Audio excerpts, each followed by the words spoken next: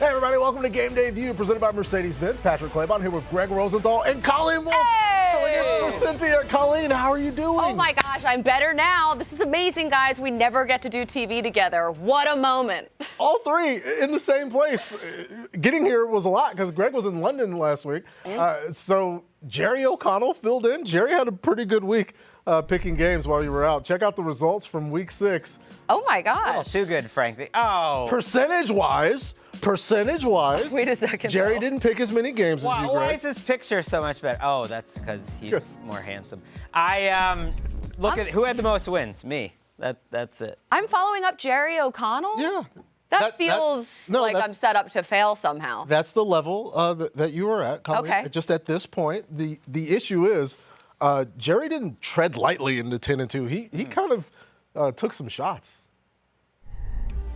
It's Philly, 12-0 all time. They've never lost to the Jets. Is there any chance that Robert Saleh's team, Jerry, changes all that right here? I think there is. There it is. Yeah. I think this is the weekend. I think Zach Wilson has been building up to this moment. I think Breece Hall, since his injury, has been building up to this moment. We all know that the Jets defense has been building up to this moment. I think this is the weekend. The Jets are going to win it, baby. Oh, there it is. Yeah, he did it with excitement. And sorry, Colleen, he picked against the Birds. Is Jerry coming for all of our jobs? Greg's score did not live well here. It did not age well. I mean, if you're going to lose, you might as well lose big. That's my motto. That's the Greg Rosenthal 2023 That's the motto. season, essentially, despite the season that Greg's had. Let's get to big. the game of the week. Sunday night, the 5-1 Dolphins going to Philly to take on Colleen's now 5-1, thanks to Jerry O'Connell Eagles. The first ever meeting between former Alabama teammates Tua Tagovailoa and Jalen Hurts. Who wins this epic matchup, Colleen? I mean, come on now. We know who's going to win. Do I even have to talk about this? The fact that they're wearing their Kelly Greens, they will not lose in these gorgeous uniforms, as this was just my excuse to just uniform show incredible footage from my childhood and why I fell in love with this team. Get Lane Were Johnson you even alive at this point? But maybe not. Who knows? But I was looking down from above, Greg, watching and just becoming the Eagles fan that I am today. So Not how it works. it all starts before it starts. That's what they say. It all starts before. It's all energy in the universe. Well, it's all above. There's Lane no up or down. Johnson's in back. space. Jalen Carter's back. Darius Slay is back. Dallas Goedert's back. The gang's back. You don't need to fire me up on the Eagles. They were my Super Bowl pick last year. They were my Super Bowl pick this year, and they're my pick this week. I don't like that Jerry O'Connell looked so smart last week, so I'm going to pick the team that he picked to lose this week. Eagles win this game by 3. Look, I think they can get the running game going against the Miami Dolphins. You think about the Miami Dolphins running their defensive coordinator, Vic Fangio, and what does he like to do? He likes to invite other teams to run. Oh, please run. The run is not as important as the pass. The Eagles say, bet. Like, we don't need any of that pre-snap motion. We're last in the league in pre-snap motion. We just have big, hulking men, Lane Johnson, Jordan Mailata. Let's throw Jason Kelce in there, and we're going to run it down your throats all day. I love the way DeAndre Swift has run the ball, so I think they slow down the game 30-27. It's all about the ground game. The worst unit in this game is the Dolphins' defense. I said the exact same thing before the Dolphins and the Bills played earlier this season. You know what happened then? I know exactly. I was right about that one. Greg what do you think about that, Jerry? Greg's been right about. He's waging a war against Jerry O'Connell. Jerry has no idea. He's fighting. This can be very Greg-centric. We can, in fact, go ahead and fire up Walker and Ellis and meme alert us. Ooh. Because I am taking the Philadelphia. Yes, thank you to both of you beautiful children. 28-29, my pick here. If this game is at Hard Rock, I'm probably taking the Dolphins, but this game's in Philadelphia. My concerns aren't with the Eagles' offense after that game in MetLife against the Jets. Sometimes things just go wrong. Ball's not round. Sometimes they're disastrous. I think the problems on Philly's defense, a little bit of a sign of how difficult it is to play at that level that they did 2 years in a row. Right now, they're 24th in passing D when there is pressure, so they're winning up front, but the coverage is not right where it was last year. Maybe you got to find a way to keep CJ on your roster. I've said that to a couple teams now. But I am taking the Birds to win at home, but a little bit of a score fest, 28-29. So meme away, I mean, Fins fans. Wow. the fan base most likely to meme us, and so you'll be getting tweets on Sunday if we get this wrong, is the Miami Dolphins fan base. Like, they're angry. Why are you so angry? Because we picked them to lose our game. We don't think that you're bad. Let's get to this guy. Oh, they're that very guy. good, in fact. Let's get into some props for this huge matchup. Greg, which quarterback is more likely to throw for 2 scores, Tua or Jalen? See, I'm going to make them happy here and go with Tua Tagovailoa. I think the Dolphins will have success throwing the ball in this game. When I look at the Eagles' defense, where do they struggle? Even going into the season, it was like the middle of the field, the off-ball linebackers, the safeties, the slot cornerbacks. Since the season started, they've all gotten injured. So Tua's going to have some timing throws, and the Eagles don't like to throw the ball in the red zone anyways. It'll be all about Jalen Hurts running the ball. All right, Colleen. Tyreek Hill and A.J. Brown are on pace to have like 6 trillion yards receiving. That's exactly right, yeah. Who's more likely to have 7 catches in this game? Give me A.J. Brown in this game. 31 catches in the last 4 games. No one has more yards than him in since week 3, I believe. He's been out of control. This connection he has with Jalen Hurts is absolutely on fire. And then you look what Adam Thielen did last week. 11 catches against the Dolphins. A.J. Brown is better, I think, than Adam Thielen. So give me A.J. All right. I gotta admit, like I came off the plane, and just matching Colleen's energy seems like a big task right now. She's making me step. No, I mean we got the ready to Phillies go. going on Friday night. We got this game. It's all coming. Big Philly energy is what's happening here. Sorry. We have another pair of Alabama teammates, Jalen Waddle and Devontae Smith. Who is more likely, Greg, to have 60-plus receiving yards in this game? It is my guy, the Slim Reaper. I love Devontae Smith, and one thing I've learned about the Eagles, whoever complains a little bit during the week, or if it's like a story, like he's struggling or he's not getting the ball, Nick Sirianni walks over to him on the sideline. He puts his arm around him. He says, we're going to hook you up next week. And Devontae Smith has been that guy over the last week or two. Now it's his time. I don't like this secondary for Miami at all, by the way. Xavier Howard is not the old Xavier Howard, and there is no Jalen Ramsey, at least not yet. All right, let's move on to another NFC juggernaut. It's Jared Goff and the Detroit Lions taking care of business last week in Tampa. They beat the Bucs 20-6. Detroit has won 4 straight games. They sit atop the NFC North at 5-1. So now let's check in with our resident Lions fan, Cynthia. Oh, wow. What's up, guys? I missed you so much. Colleen, thank you so much for hanging out with the guys for me. Try not to let Greg get to you. Sometimes it happens. Anyways, I'm picking the Lions for, I think, the 4th time in a row, which is wild. Oh, and Greg, sorry, I couldn't find a random tree to stand next to, so here's Vegas instead. Bye, guys. Thanks so much. Have so much fun, but not too much fun without me. See you next week. I love you, Cynthia. I mean, what was that shot that you froze of me? You got Jerry O'Connell looking like a glamour shot, and I've got my mouth open. Do I look like... the ultimate point was you literally traversed the globe, and then all we could see of London was a tree. Was that tree in London nice, though? I mean, it was a conference room we had, rented out for our podcast. What do you want? But blame the producers. All right. It's your fault. So Lions and Ravens. We got a battle of first-place teams. What do you see happening here, Greg? I like the Ravens to win. I feel strange that Cynthia has the Lions, but I do not. I just look at this Ravens team, and I look at their weapons, and I know it hasn't been happening. It was frustrating watching the Ravens in person and Odell Beckham really not making plays, but I asked those great producers. I take it all back. Find me some positive Can't take it back now. Rashad Bateman and Odell Beckham plays from this season. There's been a couple. There's actually some long penalties that both of them have drawn. That's maybe been the most effective play. They are talented. And when I look at this Lions defense, they haven't really played a group of playmakers as deep and talented as Baltimore has since week 2. When Seattle kind of put it all over them. They're very thin. They're banged up in the secondary. I think it's time for Odell Beckham and Bateman to come alive. Yes. It is, for sure. I am with you on the Ravens pick. And this is really weird because I love the Lions so much that I'm going to talk about the Lions, but I just have this sneaky suspicion that the Ravens are going to win by 2 points. All of that being said, how about Jared Goff, guys? How about him? This might not be the week for them to get the W, but my goodness, has he been playing lights out. He has the highest passer rating according to PFF. And Amon-Ra St. Brown, that sun god, the sun just keeps on rising for him. I mean, he says he's listed at 6 foot, and somehow he's always open. So he's doing it for people like me and Greg and making us proud.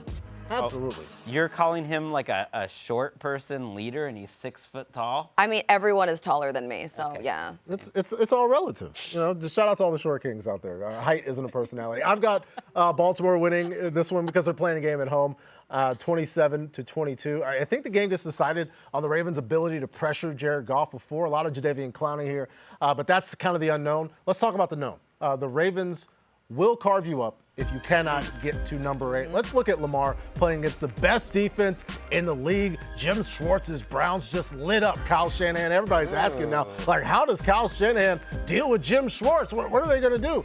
Look at what Lamar and company did against the Browns. And now this is a top 10 team passing against no blitz. That's with games against Cleveland and Tennessee. The Lions front is good, but I'm not arguing that the Lions front is better than those teams. I predictably have the Baltimore Ravens here. Coming up, we got Mahomes against Herbert in an AFC West showdown in KC. Is anyone bold enough to take the Chargers? Ooh. We'll see. Yikes. Picks for Bolts Chiefs coming up next. NFL Game Day View is presented by Mercedes-Benz and the completely reimagined GLC. The all-time great SUV just got an all-time upgrade. It's time for the Drive to Excellence presented by Mercedes-Benz. We've got the 3-2 Steelers taking on the 3-3 Rams at SoFi Stadium right across the street behind us over there. Since 2017, Pittsburgh is 6-0 after a bye week. Will the streak stay alive, Greg? I say no. The Rams win this game 27-23, and I thought, like, which different part of the Rams could I highlight this week? Because I just see Matthew Stafford making great throws every week on this show. Let's go back to it anyways. No one throws the ball like Matthew Stafford. Maybe since like the 90s. It reminds me of like Dan Marino with these deep outs. He makes throws that other quarterbacks just don't even try, where he's hitting from the opposite hash. It's a symbiotic relationship, him and Cooper Kupp. I was thinking, like, who makes the other great? I mean, Cooper Kupp's going to go to the Hall of Fame. I don't know if Matthew Stafford will, but they make each other great because Stafford makes throws to spots only Cooper Kupp can get to, and Stafford's the only one that can throw it to it. The Steelers' secondary stinks, by the way. Well, their secondary might stink, but up front, they're very, very good. TJ Watt coming back with Alex Highsmith. They're able to push the pocket, and that's going to rattle Matthew Stafford a bit. So I'm going to go out here on a limb, and I'm going to say that the Steelers are coming off the bye, and they're going to get this win 20-17. Deontay Johnson, he's back in the game. I love that news for them in the offense. Hopefully that can actually get them moving in some type of direction. Hopefully towards the goal line would be preferred. The right one. But, I mean, I just think about TJ Watt and, like, imagine being JJ Watt's brother. Like, my sister is a nurse. I feel like a massive failure. I mean, JJ has won Defensive Player of the Year 3 times. TJ, though, has been on fire. He has more interceptions, sacks, forced fumbles than his brother. I think he's going off in this game. He's going to make the family proud. Yeah, just think how Derek Watt feels. Shout out to Derek. It's all everything is great in the Watt household, and everything we're almost gonna go lone wolf here. Ooh. Go ahead. It's Colleen. Thank you. Thank you. mean, I will it's take not- it. It's not quite Jets over Eagles, but it's No, it's Nothing ever will be. initially changed my thoughts surrounding this game. I do think it's going to be very, very low scoring based on what Colleen was saying about TJ Watt, about the edges over. I do have the Rams winning by 3, but I did want to focus on the trouble that the Rams have had down the stretch in the games that they have lost against the edges, losses to the 49ers, to the Bengals, and to the Eagles, all involving guys on the edges, making huge problems for Matthew Stafford in the closing seconds. As for how the game plays out, the Steelers, I don't know that a bye week is enough to create and fabricate an offense. I just don't think they can do enough on the road to get a win against the Rams, who now, as Greg pointed out, have a guy who Greg thinks might be going to the Hall of Fame. I think I'm with Greg on that. Cooper Kupp on his way to Canton. Keep this up, Mr. Kupp. Moving on, we've got a huge AFC West matchup between the Chargers and the Chiefs. The last time these teams played, Mahomes pulled off some wizard sorcery in the final minute. This is right down Patrick Mahomes' alley to get this done. The hand signals from Mahomes. As his Harry Potter quarterbacking wizardry return. Snap to Mahomes. Comeback pattern. Caught. Mahomes scrambling to the left side into Charger territory. Mahomes comes in the near side. He will scramble. Slides to a stop. That was a Wizards thing. Scramble. Slides seconds to go in the game. Mahomes crossing pattern. Caught Kelsey. Touchdown! It is Mahomes magic. So magical. Magic Mahomes does it again, baby. Do you watch Harry Potter? Harry. Why is Andy reading like a full? Anyway, the Chiefs have won 5 straight since dropping their opener to the Lions. The Chargers sitting at 2-3.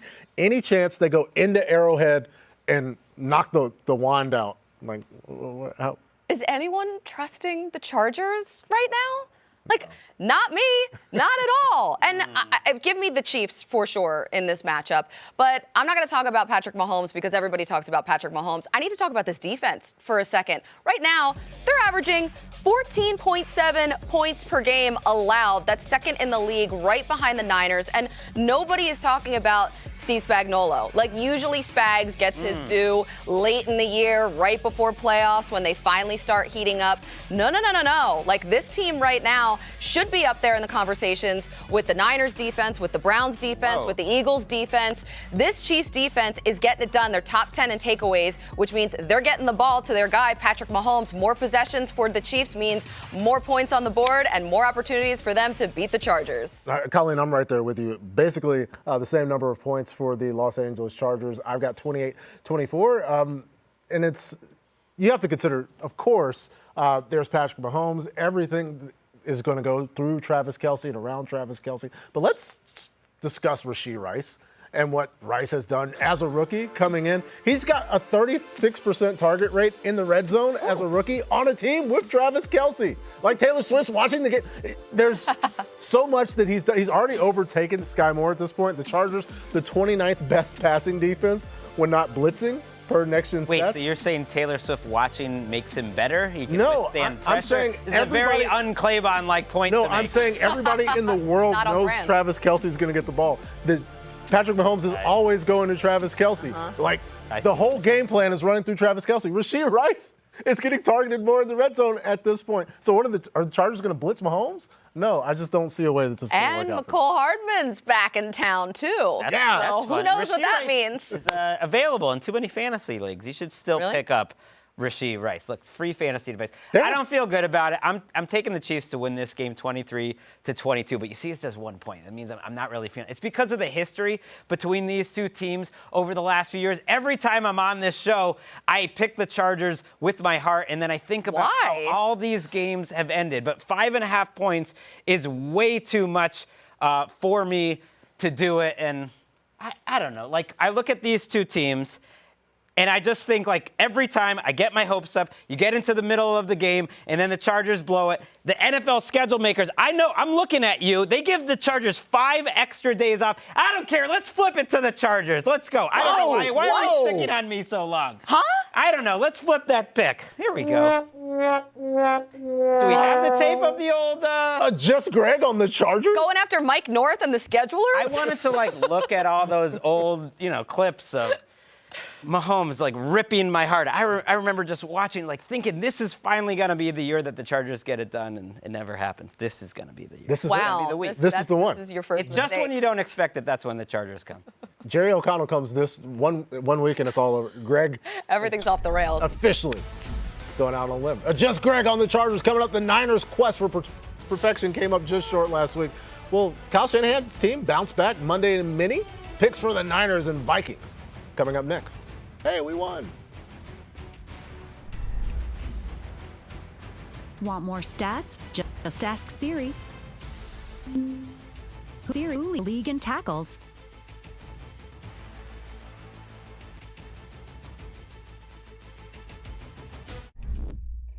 Walker's throw intercepted.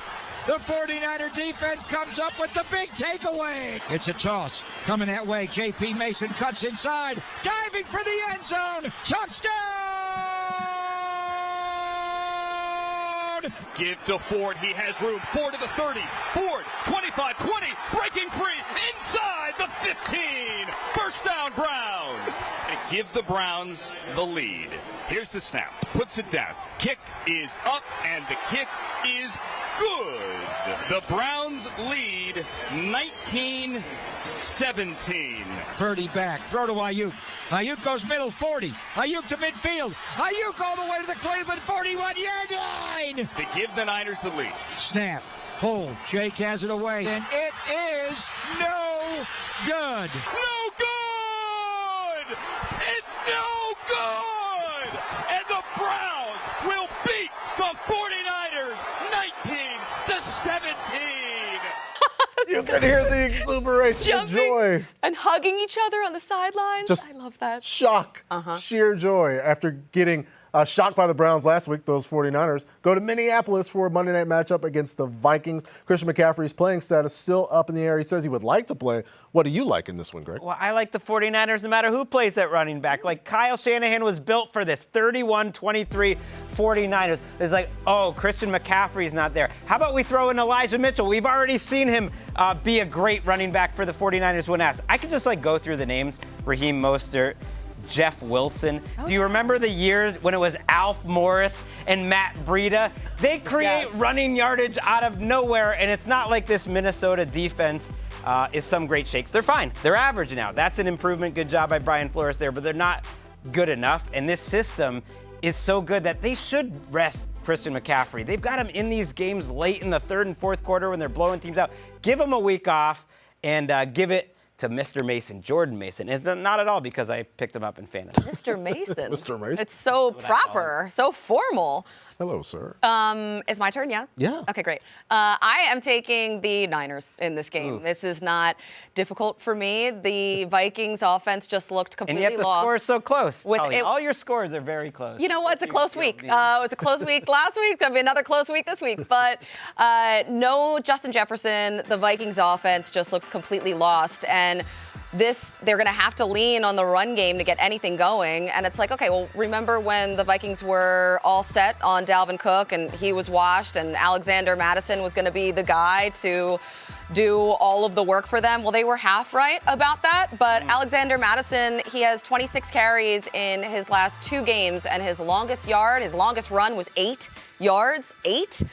This Niners run defense is really, really good. We saw Jerome Ford earlier in that sound tape kind of breaking off some nice runs. That's the only running back that they've allowed over 55 rushing yards to this season. And last week was just kind of a disaster overall for the Niners. So this is an easy one. The Niners win it. Just a weird week. Like, they're not going to be playing Cleveland in the mud and have a fight before the game every single week. And that's why I am also taking the San Francisco 49ers. 26-17.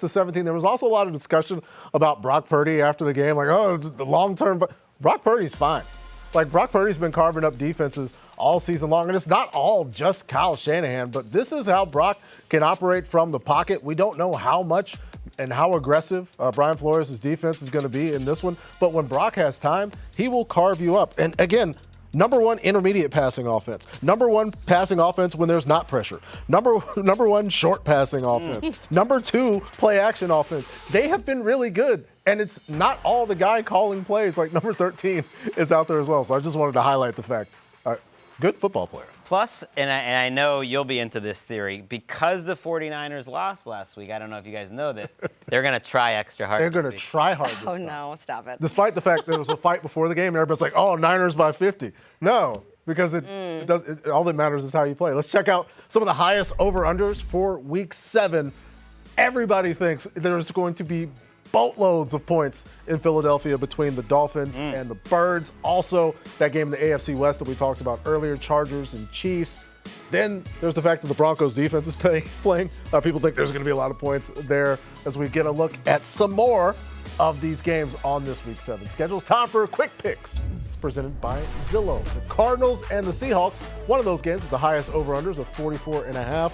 Are you taking the home team here, Greg? I am. I'm also taking the over there. I think it's a high-scoring game. I think the Seahawks are favored by too much, 30-24. And I just want to say to all the people on Seahawks Twitter this last week that we're talking about Drew Lock. Couple questions. Like, Okay. Number Lay it out there. one, who do you think you are? Who do you think Drew Lock is?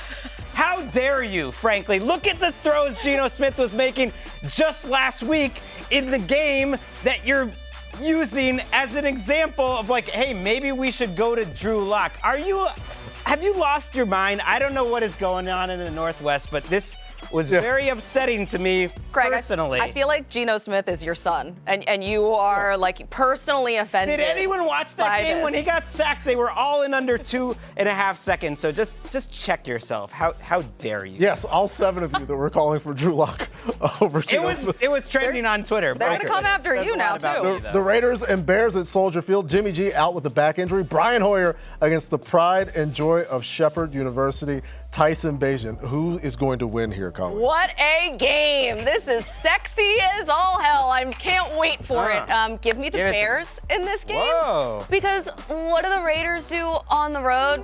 They lose on the road. They have 6 turnovers in their last 2 games. They've been outscored by 35 points in those games. And Ian Rappaport is reporting that Brian Hoyer will get the start. The last time he won a start was 2016. He's lost 12 starts since then, and we're watching poor Aiden O'Connell. I mean, Khalil Mack was all over him like it was a Venice high school prom. Like they got to know each other real well in this game, and so it's going to be Brian Hoyer's turn to be out there. Venice high school takes us straight. That Hoyer stat may move me. I don't know.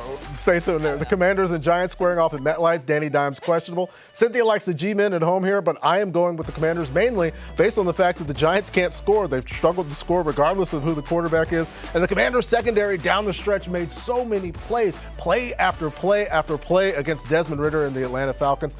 I think they showed me something. They showed me enough to have the Commanders here winning this game 24-17. Coming up, we're almost at the midway point of the season, so let's talk some futures. Who's going to lead the league in passing and receiving touchdowns this year? Not the same guy, 2 different stats there. Our picks coming up next.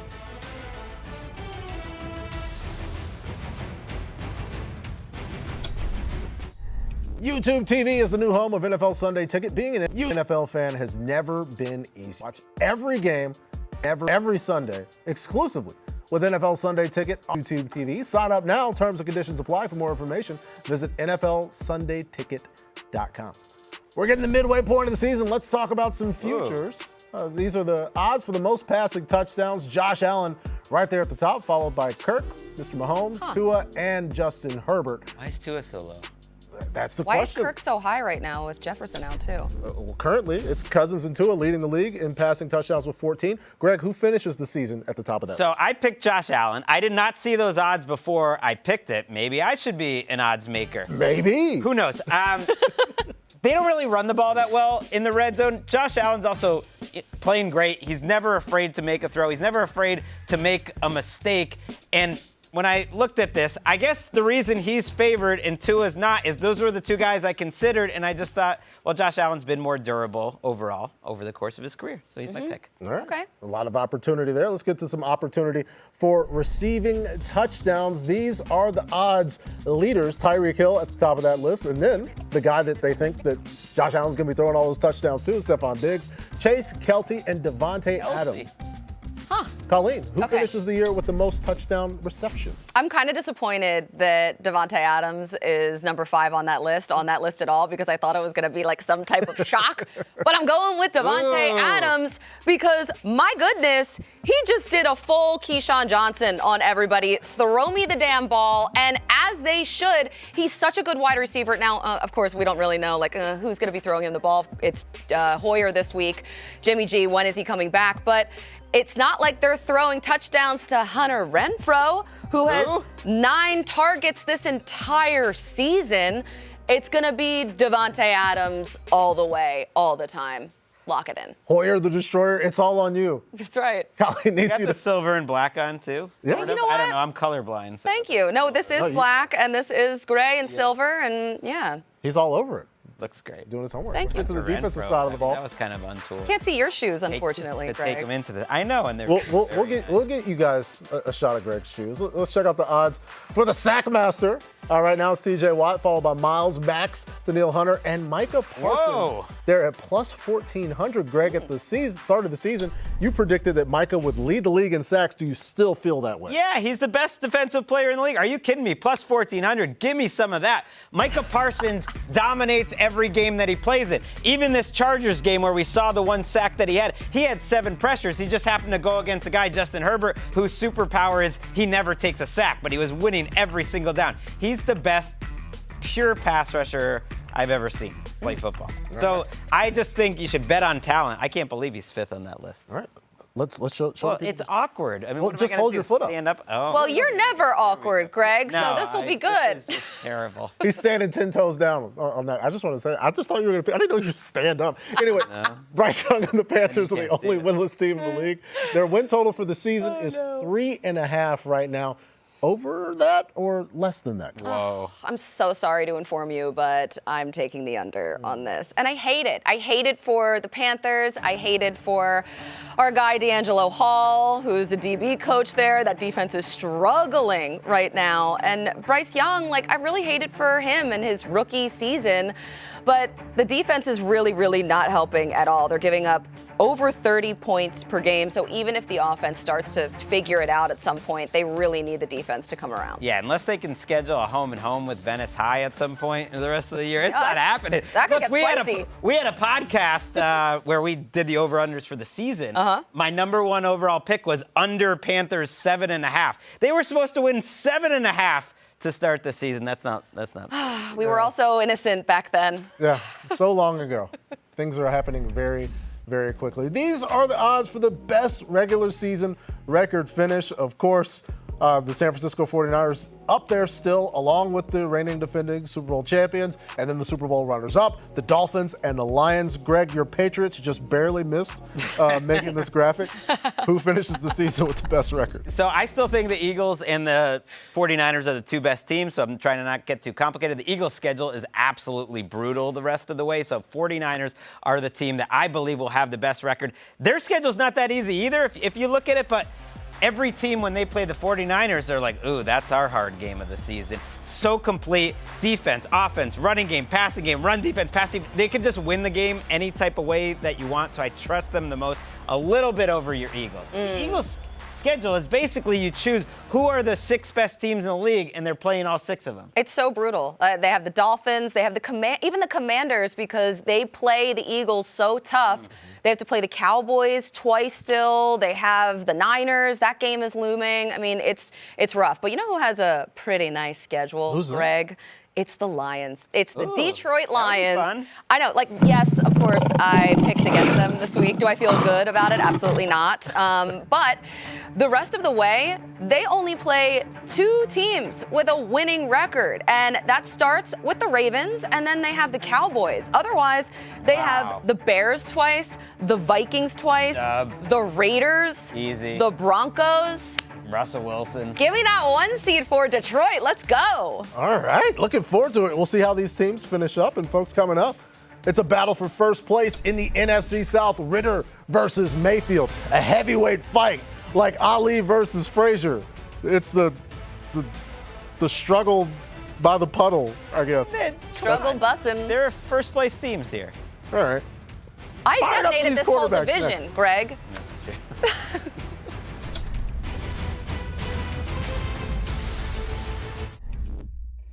Hey everyone, Scott Hansen here, and this is NFL Plus, where you can catch every play all in one place.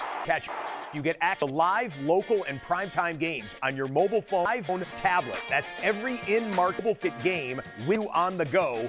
I never knew that was a thing. Oh yeah. And here's my part. You can stream NFL Red Zone live every Sunday. What are you waiting for? Game time, baby. Let's go. What do you go to plus.nfl.com. Sign up today. Thanks, Scott. It's time for Pizza pregame predictions delivered by Little Caesars. First place in the NFC South on the line when the Falcons and the Bucs face off Sunday in Tampa. Both teams lost in Week 6. What do you see happening here, Colleen? Okay, so I realized that the whole point of this show is picking a winner of the games. Like that is the full gig here. That's what we're doing. But unfortunately, there are no winners in this game. There are only losers, I think, in this game. And the biggest loser will be the Atlanta Falcons because Desmond Ridder. We saw what he did last week. It was an atrocious outing for him. And I hate that for him. Like, I don't want these guys to struggle. I don't want to watch bad football either. But they have such great playmakers, the Falcons do. Bijan Robinson, he should be a superstar there, and we've seen his talent on display in flashes. And they have Kyle Pitts, who's supposed to be a generational tight end out there, and they're just not throwing down the field. I don't know what the issue is, but give me the Bucs, because I guess if I have to choose one of those quarterbacks, it's going to be Baker Mayfield. Wow, yeah, Baker Mayfield being the best quarterback in an entire division in the year 2023. Yeah, right? I'm going with that. I'm going with the Bucs. It's more of an anti-Falcons pick, though. I have it 24-20. This Falcons team is mystifying. It's perplexing. It's confusing. How is a team that added Bijan Robinson way worse at running the ball? It's not Bijan. He's great. He's one of the best running backs in the league, and yet they're 18th right now in DVOA. That's efficiency in terms of their run game. They were one of the top teams in the league a year ago. I can't quite figure it out. They just brought back the same offensive line. They're running all the same zone scheme, and that might be the answer. That, like, they just decided to do all the same stuff again. They assumed it was going to work. It's a little stale. Kind of like that mustache. Like, the mustache is cool if it's the running game's working. There's a lot of mustaches around. I think, like the Falcons' running game, the mustache has peaked. Greg, let him have that. Things are going poorly Greg is in coming Atlanta. For everything. Your play calling, the facial hair. I'm just saying, mix it up. If you're 18th in DVOA, you don't deserve that mustache. I understand. I definitely see where both of you guys are. With the mustache? No, not necessarily with the mustache. I'm letting Greg live in that particular world. But getting the Falcons every single week in and out, like, which team are you going to get? And essentially, my thoughts were, I don't think Desmond Ridder is going to play that bad over and over again. If he does, I'll take this L. But I'm watching a team that came off of the bye last week and was playing at home against the Detroit Lions, and they just didn't necessarily play very well. Baker Mayfield goes 19-37 with a 56 rating. They only ran the ball for 46 yards. Of course, this defense has the capacity to shut down any opponent. That's it. I think they'll give the Falcons some real problems, but it's a tough offense for me to trust right now. I do believe in the Falcons just a little bit more than I believe in this Buccaneers offense. I have a question for you, though. How many games have you correctly predicted involving the Falcons this year? I think 0, Greg. That's honestly impressive. And so I was just if with you're you guys. watching, keep that in mind. You know? Yeah, keep that in mind. And then if I get this one right, They're a tough team. you're not going to know what's going to happen. This November, Sunday Morning Football debuts in Frankfurt, Germany on NFL Network. Oh, wow. First on November 5th, the Dolphins take on the Chiefs. Then on November 12th, the Colts face off against the Patriots. Rise, shine, and watch. Only on NFL Network, also streaming on NFL. Yeah, we got the game of the year. Let's get some more quick picks, folks. Jordan Love and the Packers, fresh off the bye. They go to Denver to take on the Broncos. Denver played the Chiefs tight last week, Colleen. Do you think they win this one? Listen, I'm going to go with the Packers in this one. 23-21, which I just feel so much better that Cynthia also had that as her score. So looks like we nailed it, Sin. Great job. But honestly, I don't really know how to feel emotionally about this game because, like, the Broncos at some point have to stop being so bad. This is why Sean Payton was brought in to make this offense watchable. And it's not like the Packers offense is absolutely like lights out right now and super interesting, but at least they're figuring things out with Jordan Love and not stuck in year 2 of a 5-year, $245 million contract extension, which is purgatory. I like games like this where it's just like, should this game even count towards our standings? That we all agree and we have almost the exact same score. Look at that. Like all within 2 points of one another. Oh, I love that. The 4-2 Bills taking on the 1-5 Patriots. Remember how Gillette used to be a tough place to play? Who's winning? Are you getting back at me for Yes. the Falcons? The snarkiest comment? show I've been on so long. The Bills, 41-6. I like crooked scores. Hey, remember a couple years ago when the Patriots made the playoffs? They were actually that good. You know how many times they stopped Josh Allen in 2 separate meetings, one late in the regular season, one in the playoffs? 0 times. That is when the Patriots dynasty actually ended. It wasn't when Tom Brady left. It is when they scored on like 25 straight possessions, or they didn't punt. It was some insane stat.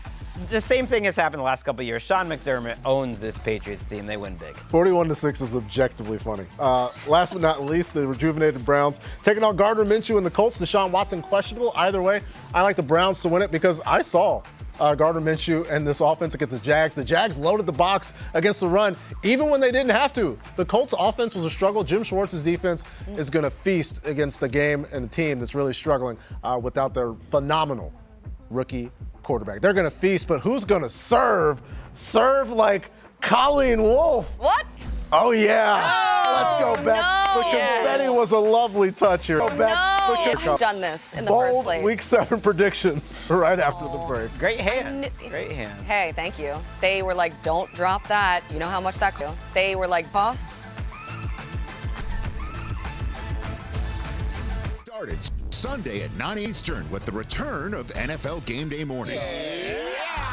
After a wild Week 6 where the final 2 teams went down, the 72 Dolphins safely popped their champagne corks. Isn't that fun? But the 23 Dolphins can't celebrate just yet. They've got a monster matchup with those previously unbeaten Eagles. Find out if Kurt Warner thinks this could be a potential Super Bowl preview. And wait a second, the Lions have how many wins, Coach? They get to 5. Yep, Detroit is 5-1, and in a 3-way tie for best 5 in the AFC. Are they now the favorite? Plus, Justin Herbert and Patrick Mahomes take a trip to West Warner. All that and much more Sunday at 9 a.m. Eastern. Looking forward to that. Looking forward to write this down as we get our predictions for Week 7. Colleen, why don't you go first? Okay, great. I love that I'm going first here. No pressure, obviously. But you know what? Who cares what I am writing down? Because I think John Harbaugh might have written some things down that'll come in handy on Sunday. Like, I don't know if they're listening, but we're watching Lamar Jackson almost score a touchdown there. And I'm thinking, John Harbaugh, you got to go for that. That's too short. They are listening. Maybe next time then go for it. I'm certain John Harbaugh will take your advice, Greg. So Greg Rosenthal giving some constructive criticism to John Harbaugh in stadium in London. Yes. Airing out some grievances. So that is why I believe this week the Ravens will actually pull off the win by 2 points against the Lions because John Harbaugh is going to go for it on 4th down. Getting coached up. That was one of those moments they were like, yeah, usually you're not supposed to like criticize the coach on the in-stadium entertainment because they can hear it. We don't but do that's that. your one chance Amazing. to possibly reach them. The most Greg thing ever that I've ever seen in my life. That right there. Wanted some entertainment for the London coach. It was entertaining. You know what's entertaining? Every time the Chargers and the Chiefs play, that's my write this down, is that this game is going to be great. The Chargers are 5.5-point underdogs in this game. That's insane. It always comes down to the last 30 seconds. This team is talented. This team's offense, led by Justin Herbert, is better than the Chiefs' offense this year. I picked the Chargers to win outright earlier, but at the very least, they keep it within 5.5. As Lil Wayne said, repetition is the father of learning. And so I'm just going to keep bringing it back to the Chargers every time they play and every time in this show. Wow, Nuggets Greg. for life, courtesy of Greg Rosenthal. Greg Rosenthal said that DeAndre Swift and the Eagles were going to run the ball well against the Dolphins. So that's why I'm telling you that he will have more than 62 rushing yards against the Dolphins on Sunday night. Looking forward to that game. That's our write this down, and also write down that we're glad that Colleen was able to spend time with us today. Guys, this was so lovely. I would love to come back any other time. I love Cynthia. Maybe we can do the show together. Who knows? 4th chair. Yes! More chairs! Hey! More football! Enjoy the games, everybody. We'll see you next week.